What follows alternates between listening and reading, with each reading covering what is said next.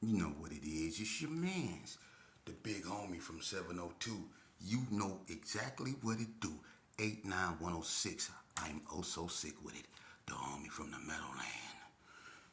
The big homie. Welcome to another episode of Vegas Chronicles, man. You know what it is. And to the haters, fan yourself off. You've been a little hot lately. Anyway, check this out. Number one, for the invites to the podcast,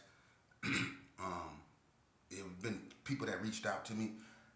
I go on anybody podcast if it's spitting positivity and looking for solutions to the problem we face in our communities. If your podcast is for the glamorification and just to recycle bullcrap, I'm cool on that. I tell my stories for people to learn from them, not to repeat them. I don't take pride in what I did and what I've been through and who I became. So when I tell y'all these stories, it's for the, look at the consequences. Okay? Now, some people won't even give you stories because for whatever reason. I'm one of the ones that's an open book, man. I don't mind sharing my life experience with anyone, especially if it can save people. Because Lord knows, man, it's too much going on. This is a toxic reality right now, man, and we have to look for solutions, or we done. All right. But I'm gonna jump right up in it. You know, I always tell you people, yeah, I'm the son of the founder, all that bullcrap. I tell you all the stuff I didn't have to do because I was his son. But I'm gonna be honest with you. You looking at, the son of the founder, but you also looking at one of the stupidest dudes that ever probably been in the game. For real. I'm the only dude, listen, I'm probably the only one in Vegas that can say they got out of Elko and stayed out one day. You looking at a dude that I got out of Elko, and everybody remember this. I stayed out one day from, look, Vegas Chronicles. I get out of Elko, right? The first person I run into, I take a shower. Look, when my mama didn't pick me up from the probation office, me, my mom, and Cassandra go to Pizza Hut. Cassandra is my auntie. When I come home, I get my hair French braided because, we kept our hair in Elko patted down. We never combed it so it didn't look like it got long because they'll cut your hair. And it was a white dude up there that wore bell bottoms that cut our hair.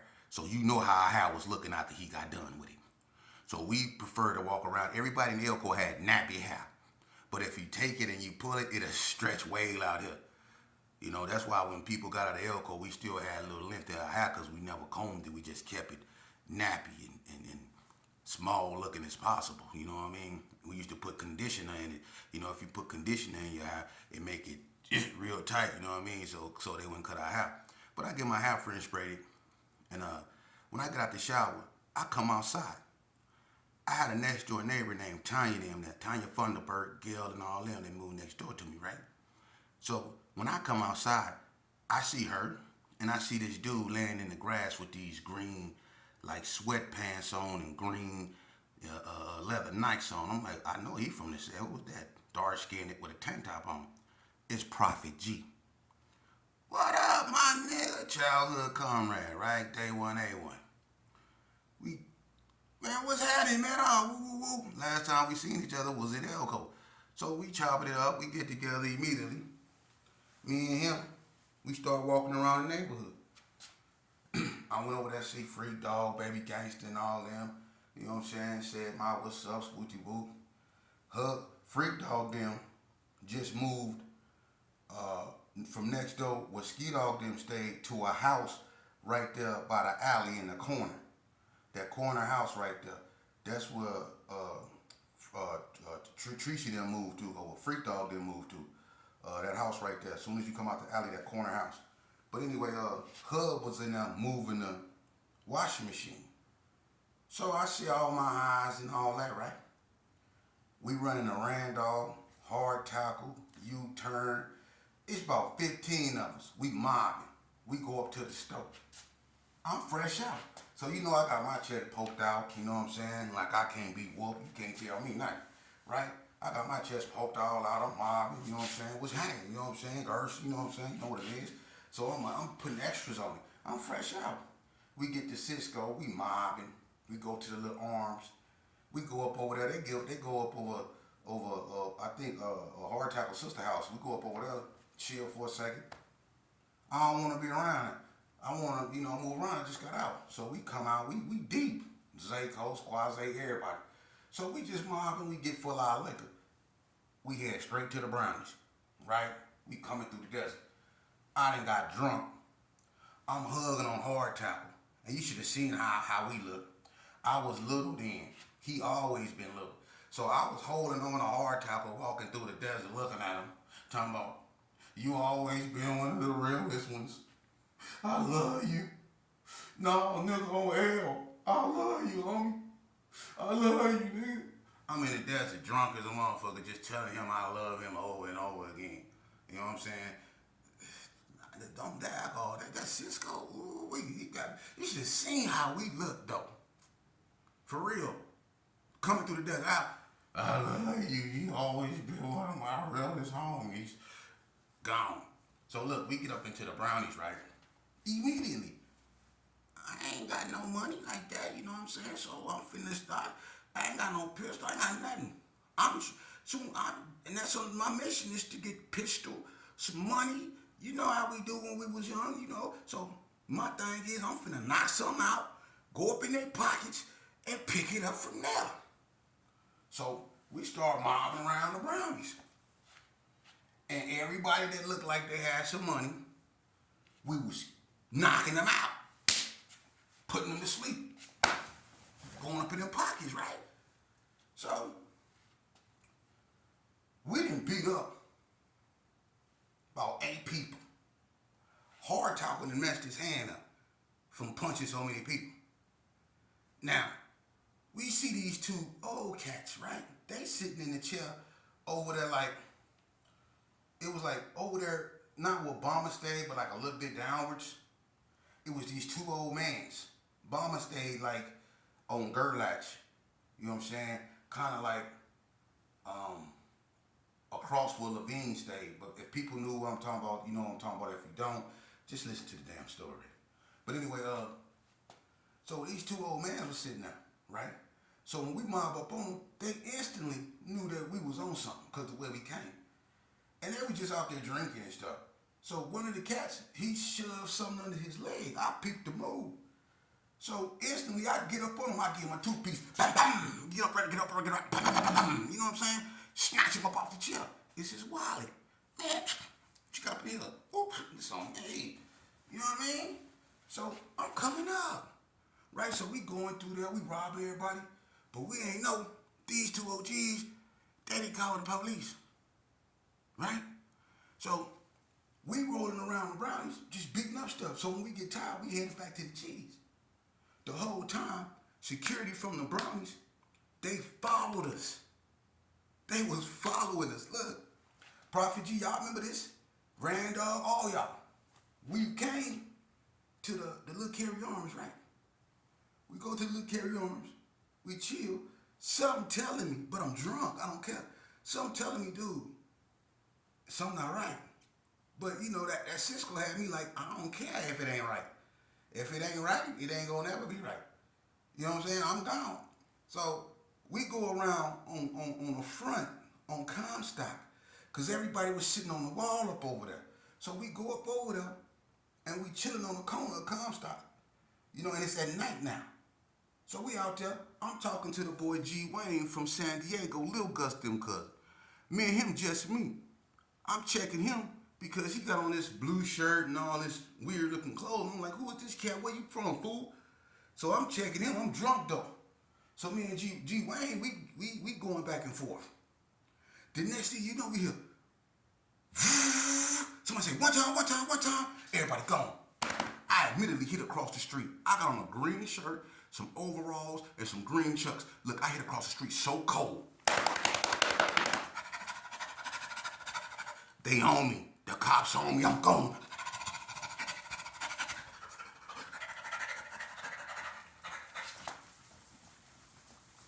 Look, I was gone. Look, I could not shake their ass. And then all of a sudden, the helicopter appeared in top. They own me. I'm in the G's though now. I'm gone. Hitting corners on. Gone. Look, I get over there by Peter Mac house. Everybody know where Peter Mac stayed on McGuire. Was that Holcomb? Because McGuire turned into Holcomb right there. So he where he stayed was right next door to where UL and Famous Amos used to stay, right?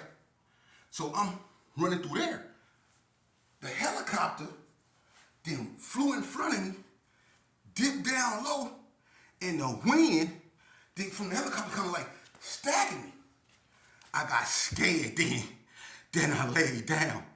Look what Peter Mac did. The whole area by his house is lit up. Peter Mac, you fat BMX bike frame built ass nigga. Remember you came outside and I said, help! I ain't say help. I said, help! You came outside like this and shut the door. You heard me out there going, help! Man, the police came up over there and they had me in all kind of rear nakeds and leg locks and all kind of did me bad. I stayed out one day. But look, I was so drunk. I got my PSI report, if you want to read it, that said everything I'm telling you. Look, when I get to juvenile, I'm so drunk. I'm thinking, I just got to sober up and they'll let me out. They don't know what I just did. They can't. All I did was run. So all they got to do is I'm sober up. Once they brought me in the back, I'm like, something ain't right. And then when they took me to court and they got to reading off, man, listen, I had about 5 strong-arm robbery cases, assault and batteries, all kinds. When they got the when Judge Guzman got to reading off them charges, look what happened. When he was reading off them charges, I was going, robbery, assault, battery. I'm thinking I just got out. All them finna send me back. Every charge he said was a automatic recommit to Tennessee. I'm thinking, oh my God. So when he said, I'm like, I didn't do that. No, that wasn't me. That couldn't have been, I didn't do all that. You know, so while I'm sitting there looking at him, I ain't paying attention to my mama. Look, I'm sitting there talking to the judge, and I'm like, sir, I didn't, and the judge telling me to shut up and let him finish. I'm not finna let you finish that. You sounding off war crimes. I ain't do all that shit. Nah. But while I'm talking to the judge, I ain't watching my mama. And my mama got up when the judge was reading off all those charges and stole on me. She stole on me. I mean, I was sitting like this here, shackled, talking to the judge. She hit me so ugly. She said, BAM! She bombed on me, and the judge ain't do nothing. And I can't either because I'm in shackles. She fired on me, and then she slapped me. She slapped me so hard. Look, I was wearing gas permeable rigid contact lenses. She slapped me so hard, one of them was on my eyelid, and I was trying to blink to get it back in my eye. I'm all like this trying. It's so much commotion going on in the court at this time, mind you. So guess what? The bailiff, after my mama then bombed on me and slapped me, and I'm trying to get my contact in, the bailiff decided he want to put me, not my mama, in a chokehold. So you know what I did? I did every Jackie Chan move that I can think of with that motherfucker. Oh, excuse my French. All they seen was I was kicking everything in sight. That's why you got to wear shackles in juvenile now. True story. Look it up. That was my work. Because I was kicking everything moving. Everything moving. Ask Gertie Polk, the parole officer. She was in there. I was kicking everything moving. Kicked the table over, kicked everything moving up in there. For real. And was back on that goddamn 747 on my way to Tennessee. Man, I'm on one day.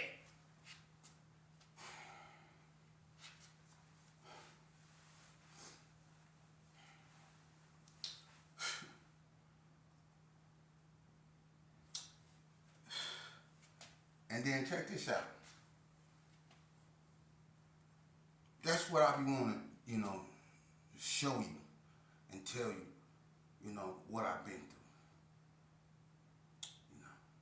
But peep this. I'm gonna give you another one. A long time ago, I used to talk to this girl from 6-0. Her name was Robin. Y'all remember little short Robin from 60s?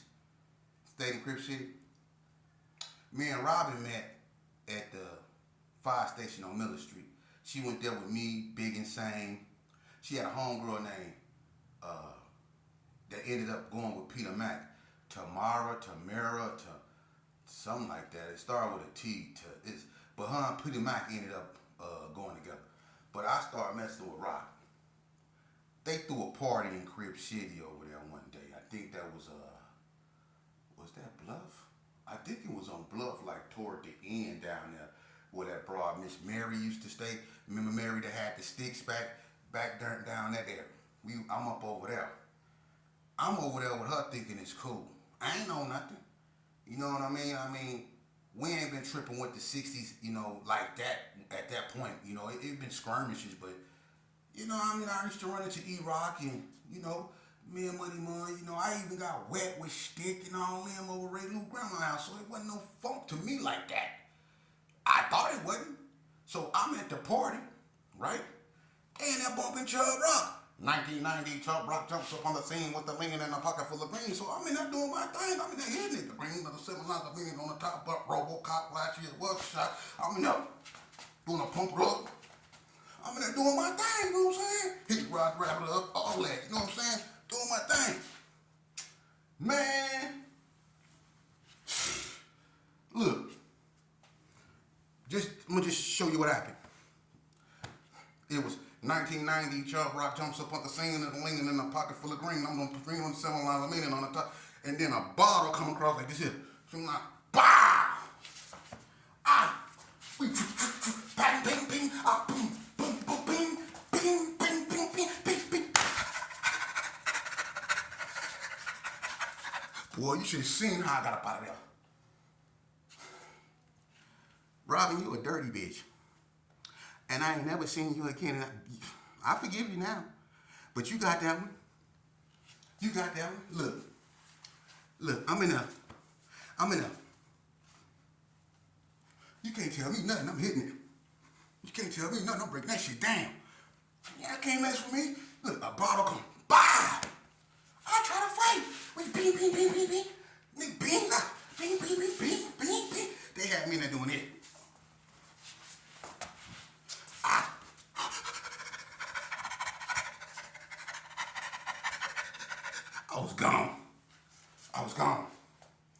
I was gone.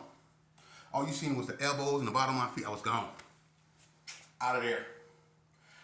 Out of there. With borderline hematomas on my head.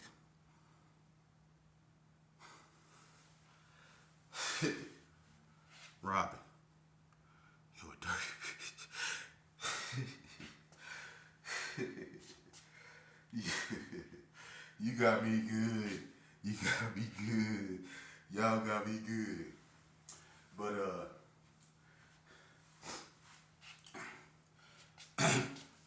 y'all remember the Queenettes? Well, when they did that to me, I couldn't let that ride.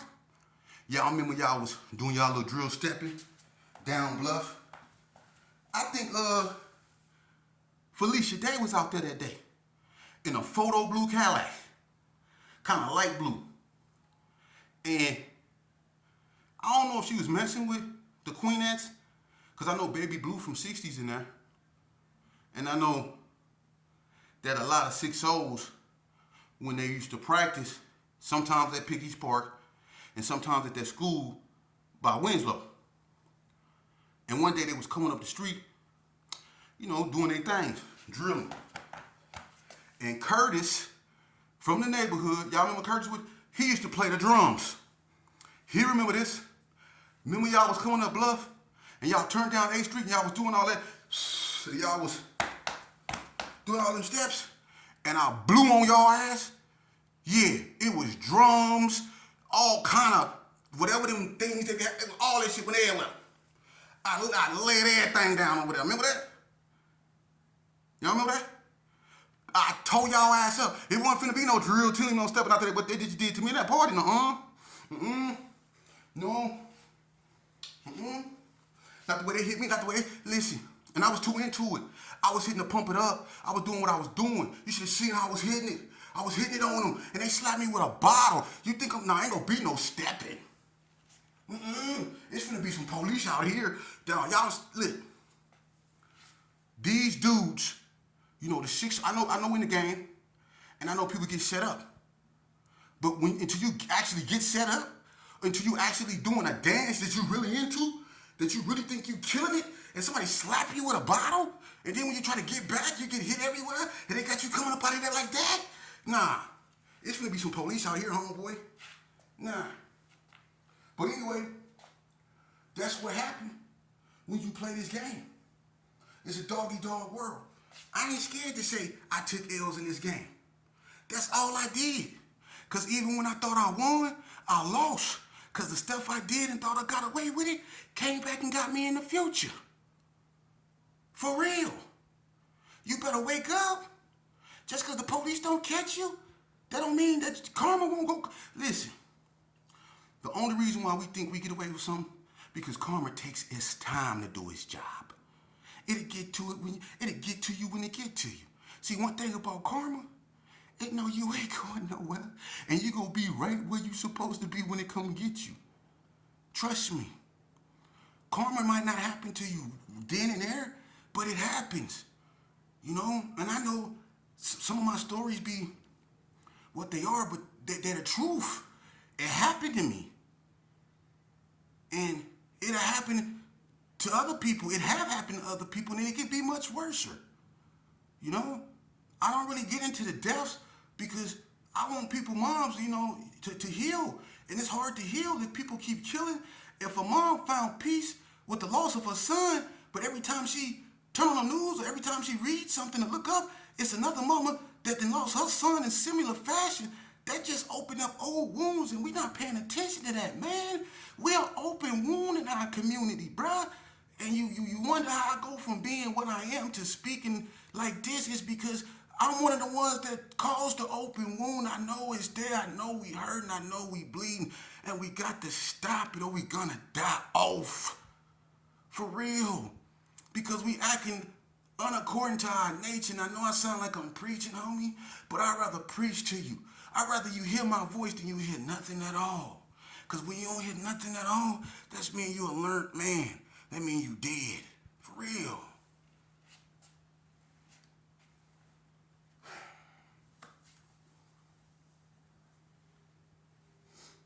You know,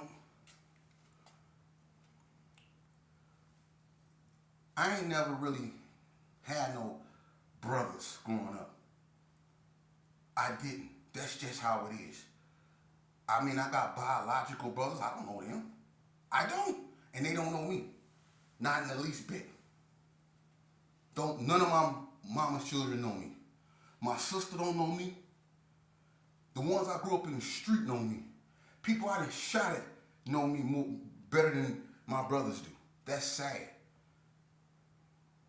But that's the real reality that I live in. I always been by myself per se. I felt that way.